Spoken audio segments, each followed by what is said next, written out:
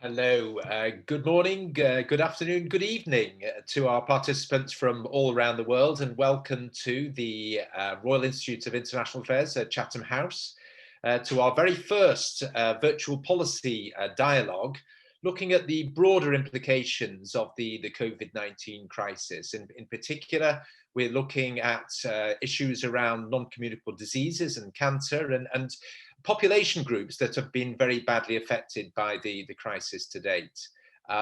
This is a series of 3 events. We're going to be holding them once a fortnight. We're very grateful for the sponsorship of Merck, Sharp and Dome for these events at Chatham House. And we're bringing together eminent speakers to discuss a different topic each week. This week, we're discussing in particular the impact of COVID-19 on elderly people, who we know are particularly vulnerable to the disease in all countries across the world. I have an eminent panel who are going to be participating in this, and they'll be speaking for roughly sort of 7 minutes each to introduce the topic from different perspectives. But we really want this to be an interactive session, and we're very keen to get you participating, the audience, by asking questions to our panelists. And if I might ask you to use the Q&A function for that, you'll see that on your screen's bottom right-hand corner is a little Q&A with a couple of speech bubbles. If you can use that to ask your questions. And if you would even like to ask your question on air, as it were, if you could use if you could notify us whether you want to sort of participate through video or through audio, and potentially we'll be able to bring you on air to speak to us. And also, if you can use the raise hand function when you get to the Q&A, that will enable your question to be sort of promoted to the top of the list. I'll perhaps remind you of these arrangements as we go along. And also, I should say that our event today is on the record. So it's not one of these Chatham House events with the Chatham House rule that we're broadcasting to the world potentially. And we're also recording the event as well for posterity. So I think if I can introduce my eminent panel now, and we have with us Louise Ansari, who is the Director of Communications and Influencing the Centre for Aging Better. She'll be speaking to us first. Then we have Santiago Calvo Ramos, who is a policy analyst and economist at the European Commission. Then we have Sharmila Nabrajani, who is the chair of the National Institute for Health and Care Excellence, commonly known as NICE here in the UK. And finally, we have David Taylor, who is Professor Emeritus of Pharmaceutical and Public Health Policy at University College London here in the UK as well. So without any further ado, because I don't want to be taking up too much time, I'd like to introduce our first speaker, Louise Ansari, when we thought it very important to hear a civil society perspective, particularly around the impact of COVID-19 on elderly populations. So, Louise, what's your perspective of how this crisis affected elderly people, and what do we policymakers and experts need to be doing better in the future? Over to you, Louise. Yes, thanks, Rob, and hello, everybody. Yes, I work at the Centre for Aging Better, which is a charitable foundation in England, and our kind of target group are people who are kind of not the sort of old, but they're people who are about 50 to 70 years old. And we believe that significant policy change and practice change needs to happen for that generation, and that will benefit generations to come. Obviously, you'll know that we need an older population that are independent and resilient to disease. They've been particularly hard hit, particularly in the UK, but also around the world by COVID-19. I'm going to try and set the scene in terms of what we think needs changing. And on health, we believe that prevention of ill health should be given a much greater focus, including reducing obesity, where we know that obesity and type 2 diabetes and associated cardiovascular disease seem to be a significant risk factor. There's very high prevalence of diabetes and obesity in the UK, particularly in older people. We also take the wider determinant view of health, as well as thinking about direct risk factors like alcohol, tobacco, and low levels of physical activity. So I'm going to talk about some things that you might not immediately think, well, that's to do with COVID and it's to do with health and older people. But areas like housing, where in Britain, we've got some of the oldest housing stock in Europe, and it really needs to be redesigned. It needs to be safe. It needs to be accessible for our population that's growing older. Something like 20% of homes occupied by older people in the UK fail the government's basic decency standard. And many of them have got hazards which lead to high levels of falls. They lead to the levels of damp, lead to high levels of respiratory disease. And obviously during COVID, people have been in their house a lot more. And we think that's been a really difficult contributory factor to ill health, but also loneliness. And then if you think about work, another area not immediately perhaps associated with health, we've got over 10 million over 50s in the labour market in the UK and 500,000 over 70s. You know, we've got this kind of idea that everybody over 70 is vulnerable and at home. Actually, a significant proportion of people in the UK are in the labour market. Again, the COVID impact on them might well mean, and there's new data in the UK this morning about the number of jobless people, many won't be able to return to work. Employers need to support health at work. They need to be more age-friendly for our society to work well. And older people also need the government stimulus to help get back into work in the way that they've been thinking about younger people. Now, in terms of our kind of wider communities, we've got something like over 50% of all older people who volunteer, who contribute, and around 4.5 million people who are unpaid carers in the UK. And that went up in the time of COVID. So all of these areas, things like housing, ability to work, to contribute to your community, are crucial to people's health. And I'm talking about all of this in a context that many of you will understand very well, which is a global age shift. We are getting older in every single country of the world. And in the UK, we've already got 36% of people over 50. That's going to rise to 40% by 2030. That's 28 million people in the UK. 15 million of those will be over 65. So we need to really redesign our systems, not just in health, but in housing and work and the environment, to react and respond well to that age shift. So thinking a bit more about health prevention, yes, we do need a change in those wider determinants, as I've mentioned, and we need to reduce obesity by taking a greater range of regulatory measures, including reformulation of food, taking more sugar out of the food chain, and encouraging more physical activity by structural levers like active travel, where we are in the UK, the government has set aside more funds for active travel, which is a really good thing. Our own Prime Minister, of course, Boris Johnson, having had COVID, is now convinced of the need to reduce obesity, which is great. Actually, there's been a plan on the stocks, Department of Health Childhood Obesity Strategy, Chapter 2, quite a long time, and a lot of the measures in there really need to be introduced. And the NHS England has also pioneered the diabetes prevention strategy, so there are some good interventions that probably need to be ramped up to help in the future. Let's talk for 1 minute or so about social care. And sadly, obviously, we've seen very many deaths in care homes in the UK and across the world. Perhaps we need to remember, though, there's a kind of assumption that all older people are in residential care in some way. That's really not the case. There's about 1 million people over 65 who receive some form of social care, but only about 300,000 who are actually in residential or nursing homes.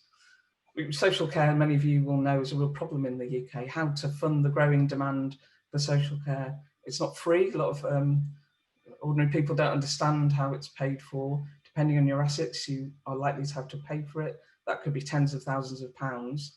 And, an economist, Andrew Dilnot, suggested in 2011 that there should be a cap to set the maximum amount people would pay in their lifetime, with the government then paying any excess. Now, at the time that was calculated, it was estimated at about 1.7 billion a year that the government would have to kind of top up, which seems tiny now, doesn't it, compared to the billions and billions of pounds of expenditure on health and the economy during COVID.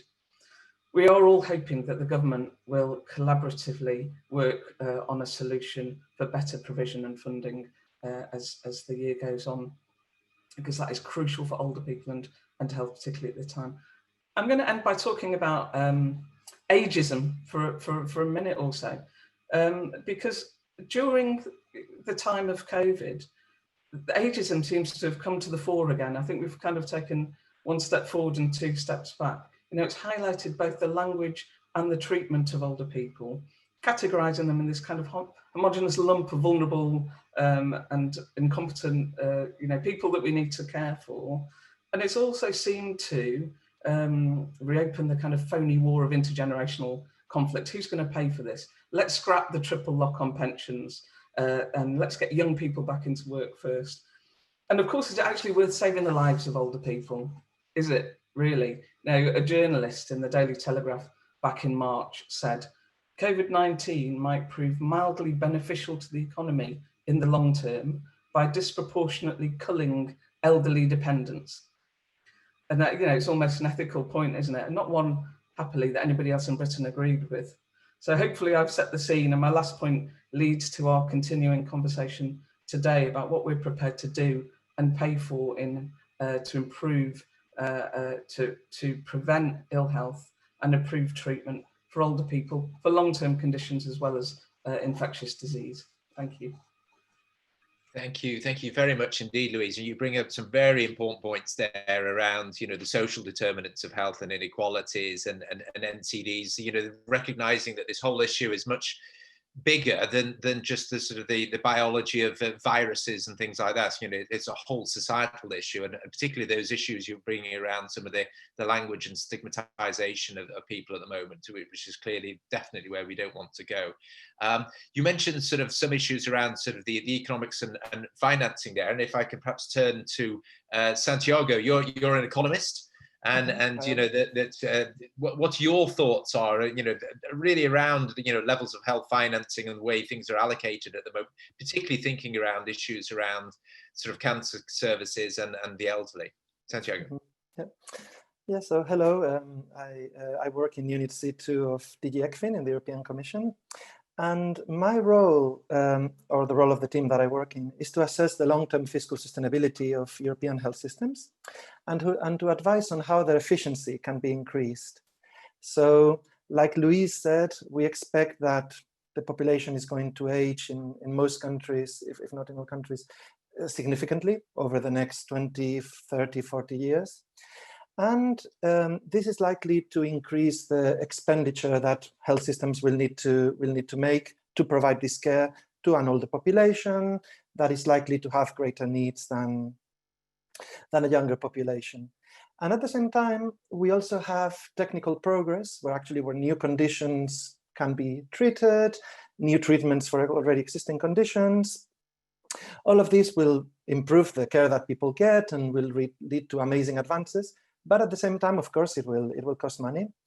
And so what we do is that we co-produce with the member states an aging report every 3 years. The next one is next year.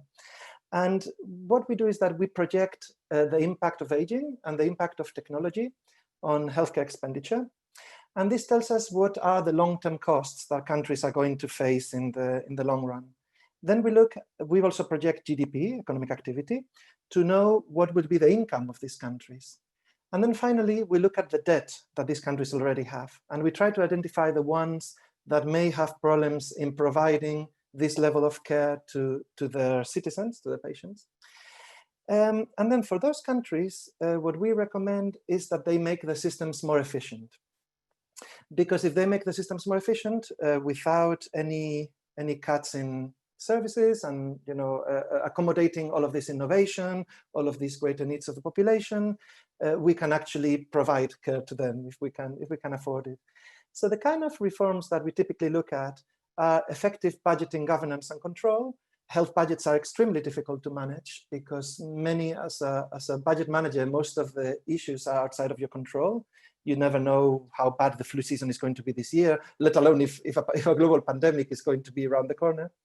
And so you need to have budgets that are realistic of what is likely to happen, but at the same time that are met. Another of the reforms that we recommend is rebalancing from hospital towards primary care to ensure that primary care is sufficiently invested in so that it can catch new conditions before they escalate and they become worse for the person and more difficult to treat. Increasing the efficiency of hospital care, using day operations where possible, swift transfer between healthcare, between hospitals and social care, benchmarking of performance, so both at national level and at international level, to see what other people are doing, what are they doing better, what can we learn from. And then very much like Louise was saying, prioritizing prevention and health behaviors, because this is an investment that you do now, but you only see the impact in the very long run. And it's something that politicians naturally tend to overlook a little bit because the impact happens so far into the future, but it's incredibly important. And then, of course, cost-effective purchasing of pharmaceuticals and medical supplies. You want to be able to afford the drugs and you want the prices to be as low as possible, but at the same time, you want to reward innovation because all the research that goes into the medicines, and this is a very difficult tightrope to walk. And organizations such as NICE are very, very important in walking that tightrope in the right way. And finally, workforce planning. You should have the adequate number and mix of doctors and nurses, and you should deal with any demographic changes in these workforce bodies as well as you can. Okay, so how does COVID affect this? Because this is typically what we recommend, and now this huge sea change has happened. So the current crisis has really been a steep learning curve for most European health systems, and most health systems in the world, basically. It has displaced other types of care in some cases, as operations have had to be postponed. Although I would guess that as the pandemic continues, we will learn lessons from there, and this will happen to a smaller extent. And a great deal of operational expenditure and research expenditure has been focused on COVID-19. Now, all of this is new. I think what this has really emphasized is the importance of public health measures, health behaviors, trying to prevent people from becoming ill, basically. Preparedness, which is something we had thought about, but we hadn't thought about, I think, in enough depth. Scalability of capacity, hospital and ICU. Quality and safety of care homes is a huge, huge issue. The health status of the elderly in general and how they are treated and how they are actually included in society. All of this, I think, is very, very important. But I think that, until there's a vaccine or a cure, we are in an emergency situation. And so the focus is effectiveness. We have to put out this fire as best as we can. But in the longer run, I think the policy recommendations are similar to the ones I was giving before. The importance of prevention and public health, negotiating effectively for treatments, the interplay between healthcare and social care, good governance. So I think that the current crisis is really forcing us to focus on effectiveness, and our actions should really be focused on fighting the pandemic. But the longer term lessons, I think they really emphasize these things that we already knew, but now we know that they are even more important than we thought. And that if we have efficient healthcare systems that are sustainable, and they can continue to provide good quality care for all into the future, despite the aging of the population, despite the technological advances, but rather incorporating them and managing to provide care to everybody. So that's it for me. Great, thank you very much indeed, Santiago. Very helpful indeed. And you referred to sort of trying to allocate health resources at this time is like trying to walk a tightrope. And I think you're absolutely right. And of course, this is going to get more and more difficult, as if someone's sort of trying to shake that tightrope at the moment. And now, Sharmila, you're an expert, and NICE is sort of our experts at advising governments and health policymakers how to walk that tightrope. How do you allocate scarce resources with when resources are so finite, and it's going to get even more difficult. So looking to how COVID is affecting decision making at the moment, what do you think are going to be the big factors going forward, particularly the impact it's likely to have on things like cancer services and NTDs? So I thought I would cover just a couple of things, a little bit about how NICE in the UK makes these sorts of decisions, and then what we've learned from the pandemic, or at least how far we are through the pandemic for challenges to come.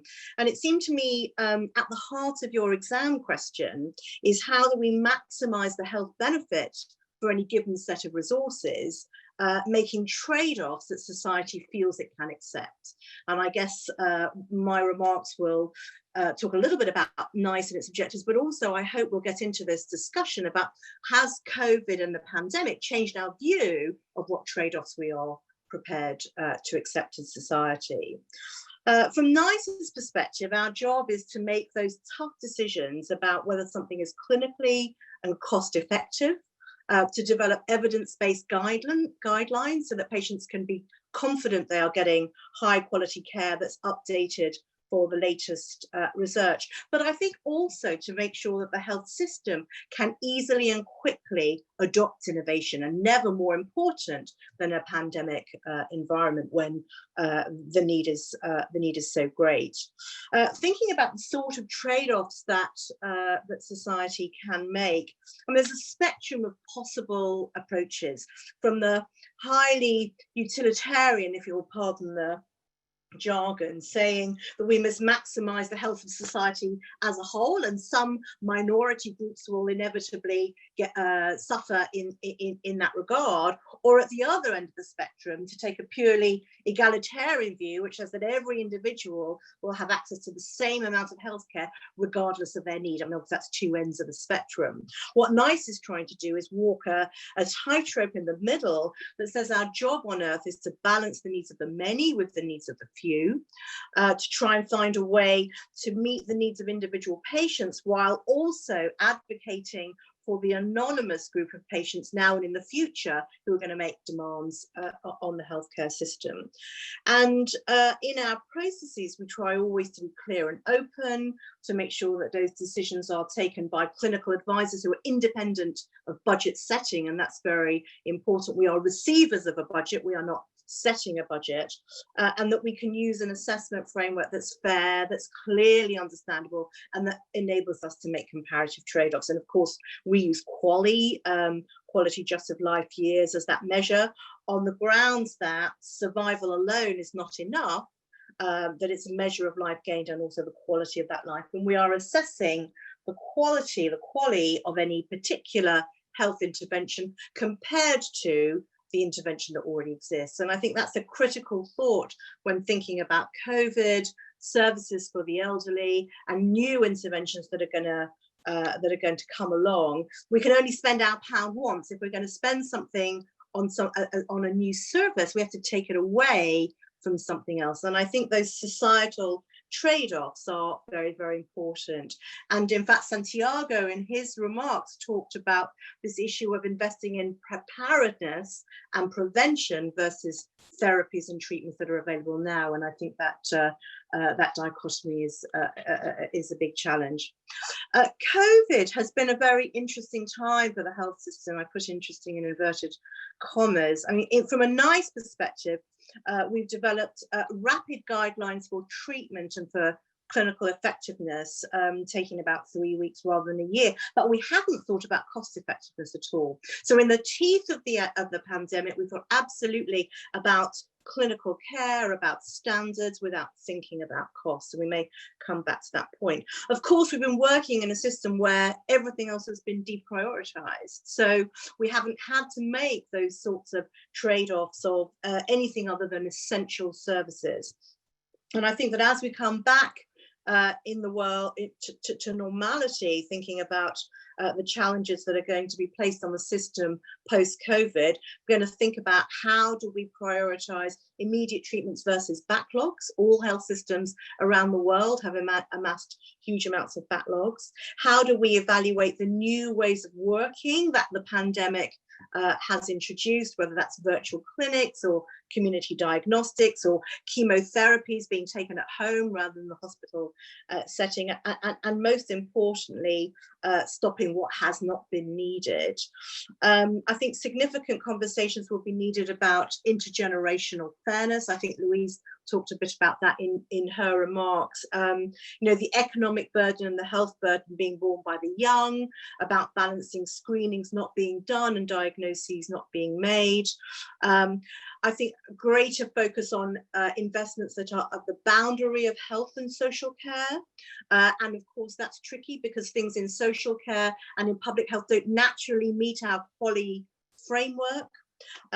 And the final thing I'll say, you'll tell me if I'm getting out of time, Rob, is around the use of real world evidence. You know, not everything in pandemic worlds and in the times immediately after pandemic are tractable to randomized controlled trials. Going to have to get much quicker and better at using real world evidence, disease registries, medical records, observational data about early access to drugs. So there are other things I can say, but maybe we'll get over to those in broader discussion, but perhaps I'll draw it to a close there.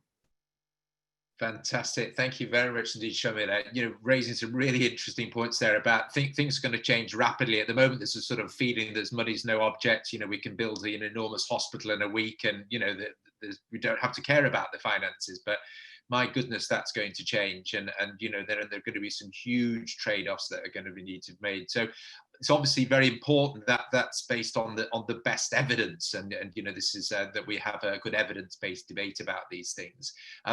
Before I bring in David, I'd just like to remind participants that we would really love to get your questions, and so that if you'd like to ask those in the Q&A function, we'll try and channel them to the appropriate panelists, or maybe ask of all of them the same question. And also, this is your opportunity, if you want to join us on air and star in the webinar and to ask your question directly, but you need to signal that to us so we'll know to bring you on screen at the appropriate time. But finally, David, experts on sort of pharmaceuticals and at University College London, obviously huge implications for the purchasing and allocation of pharmaceuticals coming out of this in these very resource-constrained times we're likely to see. David, what are your thoughts on how sort of COVID is going to sort of change the picture going forward? Well, medicines are important, but of course they're not as important as people and the system as a whole. 7 minutes isn't very long, so I'll give you a series of staccato points, bullet points, which you can take and I'm sure work out better than me what they really mean. I agree with most things everybody's said already. It's clearly important that in aging societies, we realize that this is a success. It's tremendous that life expectancy has increased from 65 years when the NHS was first formed to a little over 80 now. That's great.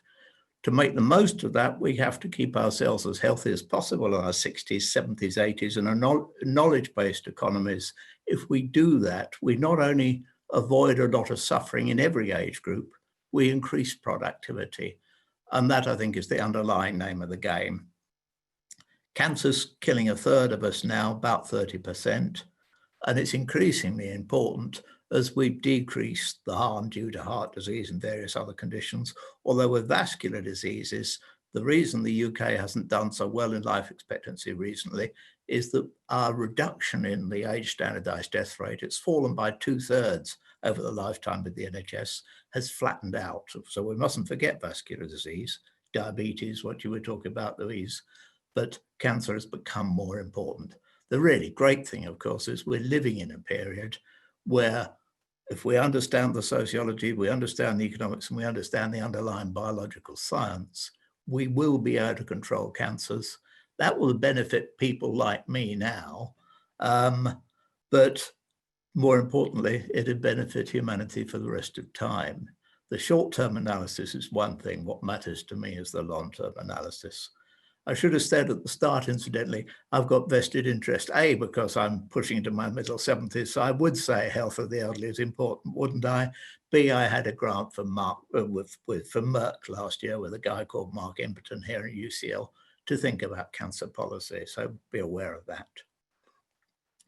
COVID-19, a huge tragedy, 70,000 deaths so far in the UK.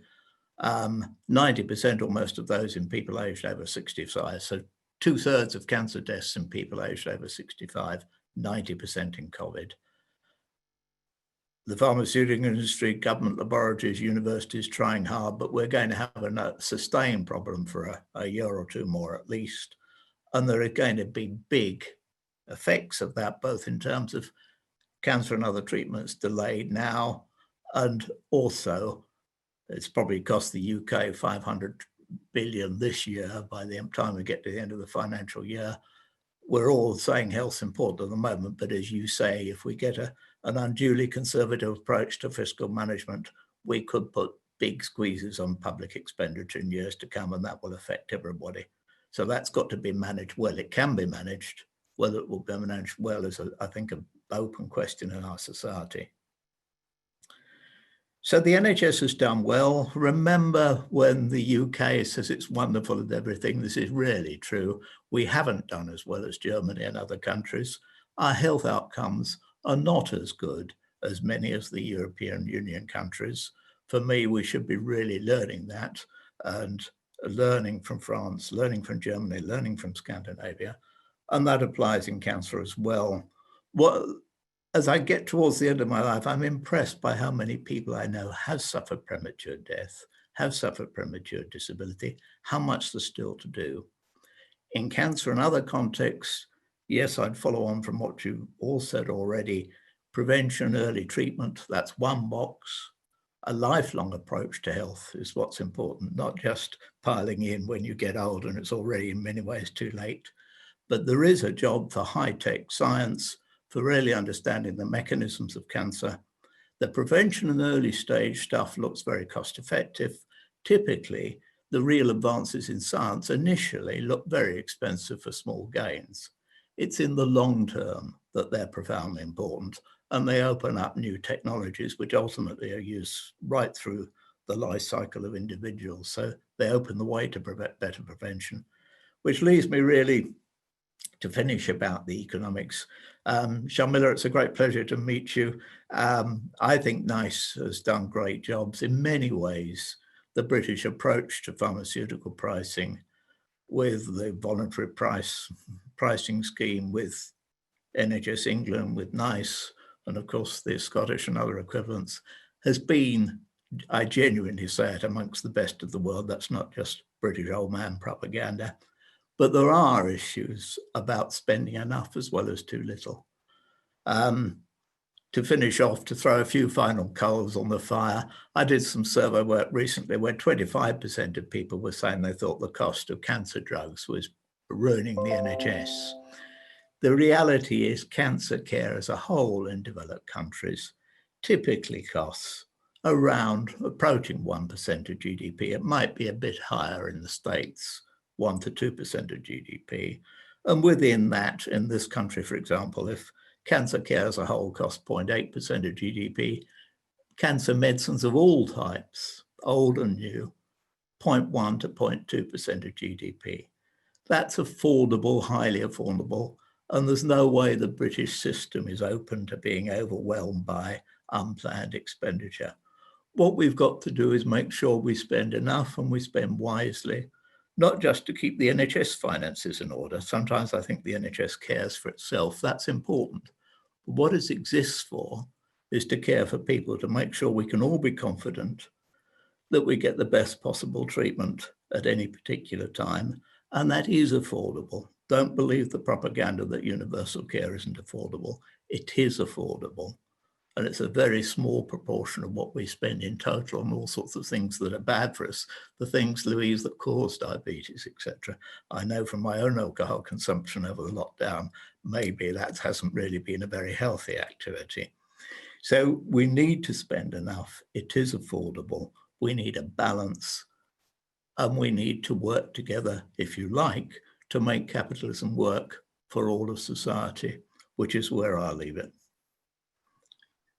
Very, very good, David, and I think you're raising some extremely important points about the degree to which societies value health and the health and welfare of their populations. And I think that what one can see the devastating impact this COVID has had, sort of across the world, that that we haven't been valuing health enough, and I think this is recognition as populations age, we are going to need to spend more money on healthcare, on social care as well. These are huge political debates that need to be had, and I think you can see this happening right across the world. Our Centre for Universal Health at Chatham House is very much specialising in this area of debating about where we should be increasing spending on health. If I can come back on that, Rob, if you take social care, Sharmila, you said about we're not budget makers, we're budget takers. Social care is a good example where Britain just under-eggs the cake a bit too much. 1% of GDP would have sorted out. We could afford it. We've created this very disciplined system, which sometimes constrains too much. And that's an absolute example, whether it's an international scandal that we've done that. May I just come back on that? I mean, my point, I know you want to get to questions.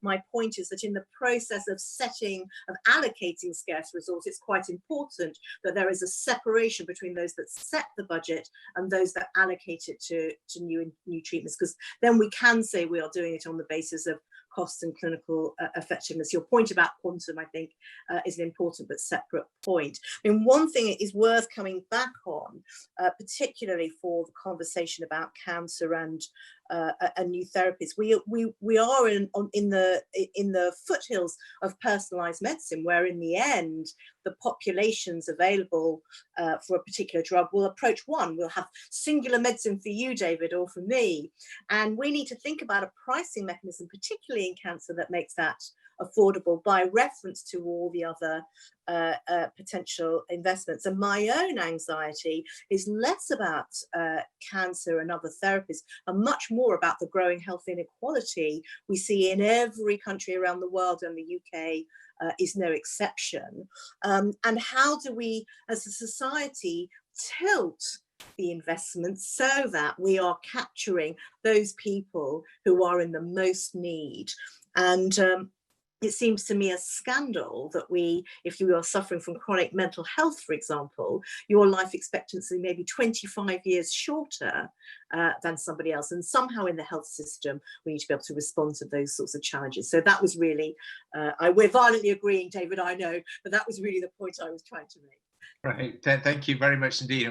Great to get the conversation going between the panelists, but also I'm very keen, as I say, to bring in the experts, which the audience who have been watching us here, and I'm just wondering if any of our audience would like to come on air. I'm just seeing that maybe I think Dr. H.K. Das has asked two or three questions, and I think he seems particularly enthusiastic. So I'm not sure if we can be lining up Dr. Das, if he'd be prepared to come on. Oh, terrific. This is really slick. I can see his name just appear here. So Dr. Das, do you like to ask your question of a particular panelist, or maybe even all of them? Thank you.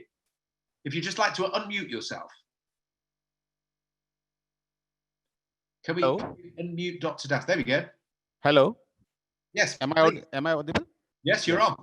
Yeah, I just agree with David views on the need for because NCDs and talking about affordability and availability and accessibility of the palliative care. So palliative care will be a big problem for the elderly population in the coming days.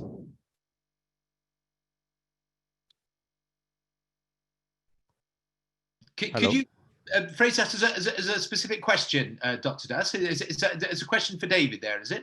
It is for the David. I have given the question itself. David, if you can just unmute. Yeah. Sorry, trouble working it out. You can see I really am in my middle 70s. I think we shouldn't be too worried. I hear what Sharmila says about personalized care, but I think the point about good science is that we will have generally available products, especially if we can use them early in disease, which will make cost-effective means of keeping the population 60s, 70s, 80s healthy. The danger, I think, is socio-political, that there is a real risk of older groups being excluded. We all responded to COVID, although it mainly endangers older people, because we saw it as a collective threat. Once we go back to normality and just think of things which affect older people as something outside normal life, that's when the risk of underfunding occurs. So I think we need to be aware of that, whilst remembering too that there are some things we do which are sort of consumption today. If you look after me today, that only benefits me. But there are some sorts of investment which create technologies and techniques which are available for all of us for the indefinite future.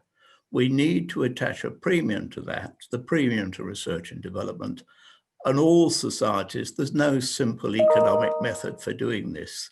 This is moral judgment at the end of the day, especially when we're thinking of things which seem to be relatively rare. It's a failure of moral judgment that sometimes we invest too much in consumption today and too little for protection tomorrow. Can I come in there as well, Rob? I couldn't agree more with what David has said.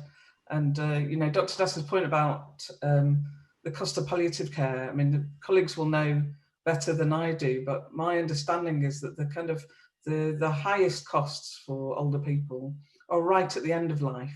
You know, they're not in your 50s, 60s, maybe 70s for most people. Even if you've got type 2 diabetes or high blood pressure, or you're taking a statin, you know, the cost of that kind of ongoing care is not where the kind of the big kind of cost burden comes. It's right at the end of life, and we want to compress that period of morbidity, don't we, as we're all saying, so that we're healthier for longer, and that the costs really get kind of shifted onwards, rather than saying this kind of terrible blanket idea that all older people are the expensive part of society and separating them out.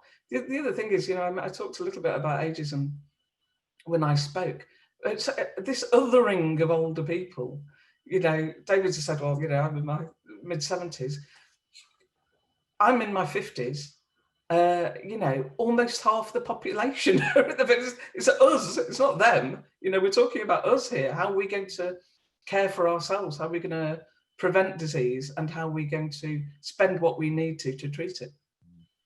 One of our audience members have actually asked a question specifically about this. You know, how do we define elderly people, or is that even a sort of pejorative term? You know, sort of how Louise, you know, should we be talking these days? Because I hear exactly what you're saying, but you know, what do you think is going to be helpful in improving the dialogue, you know, amongst the generations as much as anything about the language that we should be using?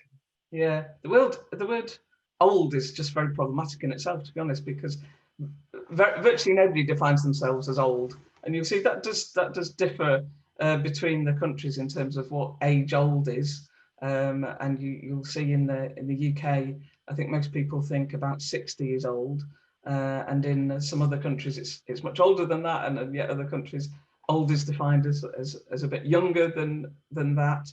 You ask people what's old, normally they'll say about 10 years older than they actually are.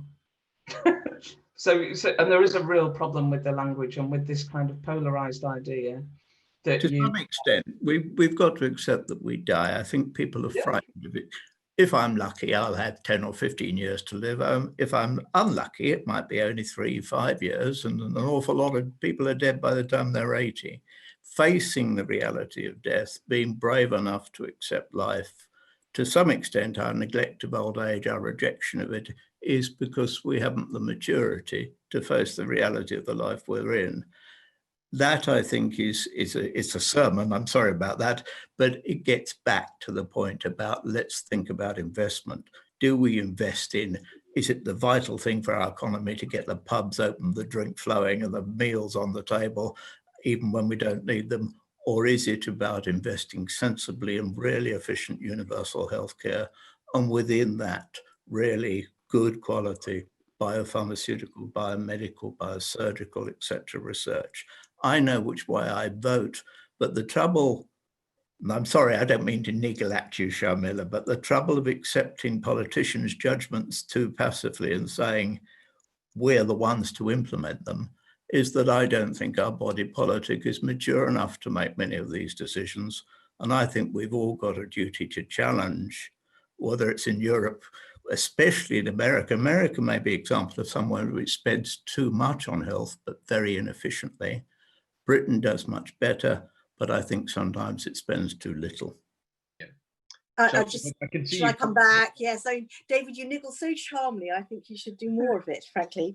I want to take a slightly contrary view, and that's not to suggest that I don't think there are huge strides to be made in the field of elderly medicine, and some of the conversations, Louise, you've been having about vocabulary and societal attitudes to aging. I think those things are very, very important. But actually, my view is that age is not the crucial determinant. Poverty is the crucial determinant. If you're poor and young, you're going to be poor in middle-aged, and you're going to be poor when you're elderly, and your life chances are dramatically affected by that. And I think somehow sometimes age is a sort of the wrong skew or the wrong segmentation for thinking about these things. I think, for example, we talked about cancer. When we get down to think about therapies that can be genuinely curative, we may need to think again around how much we're prepared to spend on those curative therapies, and to do that in the context of people's individual health, but also their productive and economic potential. And those are difficult decisions that are coming right down the line at us.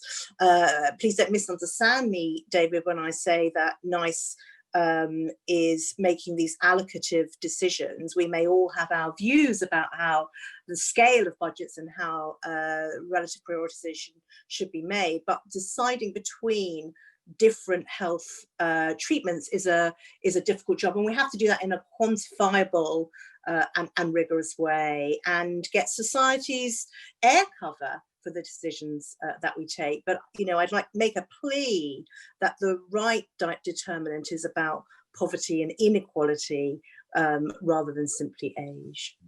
And I think what we're seeing here is recognizing that these debates are both technical and political, and clearly both are going to decide this. And I think so often, perhaps we in the health world will sort of fight amongst ourselves over the share of the slice of cake that comes to health, and not taking it to the economists and society, saying, well, actually, we need a much bigger cake, thank you very much, and then we'll have more for everyone. And of course, these are big decisions as well about levels of government spending overall, recognizing that a lot of the health impacts will come through other sectors, better housing, we've been discussing this, and clean air and things like this. So we can see that we're gearing up for these enormous societal debates that are going to come out of this, and this is all very useful. Santiago, I've got a question for you that we've been asked.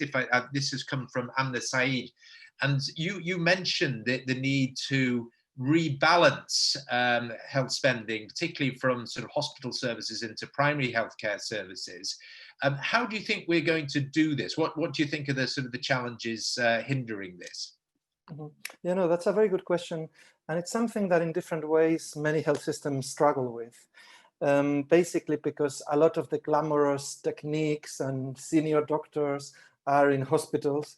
And there is a tendency to think of that as the most important part of the health system.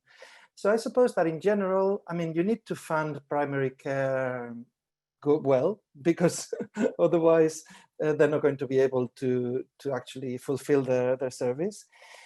Then it's good if doctors typically have if GPs typically have a gatekeeping role. So where they act as the first port of call, and then they can direct people to other parts of the health and care system. Having clear protocols for referral. One indicator that I like quite a lot is unnecessary or avoidable hospitalizations for specific conditions. Like, for example, avoidable hospitalizations for diabetes. Someone with diabetes, if the condition is well managed by their GP, they should never have to go to emergency services in hospital. And if they appear at the hospital and they need to be treated there, something has gone wrong. Maybe at the primary care level, maybe in terms of the accessibility, this person feels like they shouldn't bother or disturb their primary care doctor. Maybe there are barriers, all sorts of different types of barriers why this person hasn't gone there. And so this is incredibly interesting. The path of these people is incredibly interesting for the health system to find out how this happened. And then finally, I think that interventions that actually make the management of hospitals as efficient as possible are also very, very important in terms of budgeting, which is incredibly complex, but it's a challenge that needs to be grappled with. It's unavoidable. And in terms of the cost effectiveness of the interventions, guidelines like NICE guidelines are incredibly helpful because they really tell you what is the state of the art, what is the science on how this person should be treated according to the latest research. So these sorts of things, it's something pretty much every single system grapples with, and it's something that we'll probably keep grappling with in the future, but the more progress we can make, the better. Great, thank you very much indeed. Now I've got a question here that's sort of philosophical, ethical, you might say as well, and quite controversial as well. I'm going to put this to all of you. Do you think health technology assessments need to be revised to reflect greater value of the elderly? And if so, how? So, you know, sort of a feeling that at the moment the formulae perhaps are not valuing the lives of elderly people enough in their calculations. I don't know, who's going to perhaps kick off with that one? Too hot to handle. I need a volunteer. I'll volunteer. I knew Alan Williams pretty well. Remember, he used to say about fair innings. And when it came to his own death, of course, as the health economist who constructed much of NICE's methodology, he was incredibly brave and went without huge costs, etc. The trouble is, if you do a simple QALY thing, which says the number of years you live and the quality of life, and you multiply it up, then clearly things for young condition people look much more attractive than for old people, although there are lots of old people. I think you have to adjust that by looking at the type of opportunity, by considering the social justice issues, and by investing appropriately. It may be that, get back to this issue of social care, there is a danger of underinvesting in the elderly weak. We must make sure that we anticipate that, think about industrial policy, health policy, social policy all together. Part of the problem is just thinking about health in a box. If I was advocating in medicines, and all my life I've worked in medicines, be aware of that, what I'd say there in response to Santiago's important points, I hugely agree about prevention. Look at the scandal of smoking and how we've known for over half a century of how awful it is, and we still haven't got rid of it. There is a point there, but medicines start off as expensive and experimental and high tech, like statins I can remember, like beta blockers I can remember. They become over time, because their marginal costs of production are very low, once you've paid for all the research or made your contribution to future research, and once production gets better, they become terribly cheap. They transfer from specialist care to primary care. They transfer from late disease to early disease.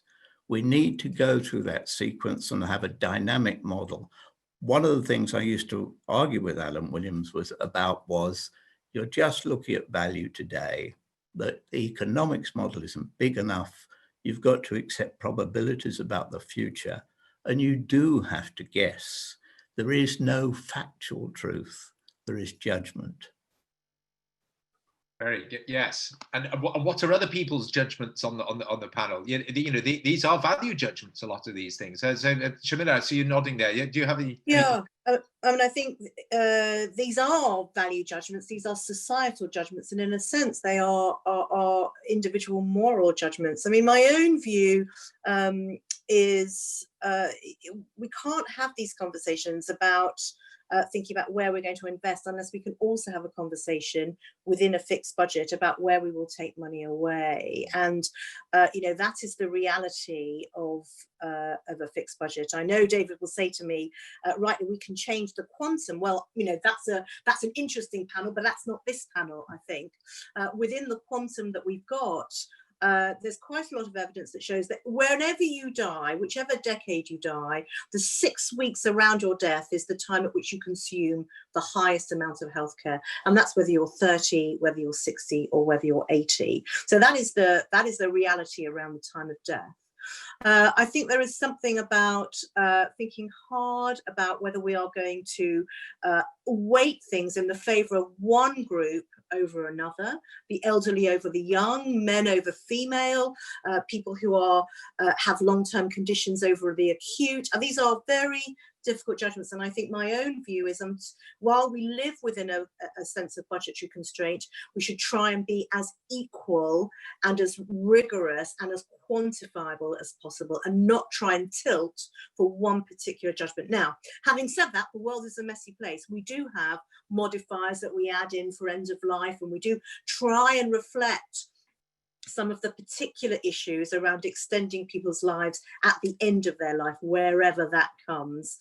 But I think as far as possible, trying to keep some degree of equity in the math and equity in the outcome is probably where society expects us to be.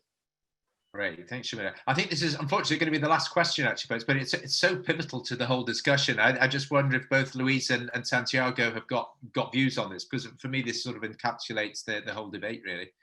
Yeah, I agree with what David and Shamila particularly have said. I mean, I think you know, we need to treat people equally, whatever age they are, basically. And there has been some chronic underfunding, particularly in social care in Britain. Actually, what COVID has done, you'll see a lot of local health systems have introduced incentive payments for GPs to do more treatment in social care settings in residential care homes. So kind of by the back door, there has been a bit of extension of the health service into social care, which is of course not managed by the health service in Britain, it's managed by local authorities. So there is it feels like there's a slight move, you know, can we build on that?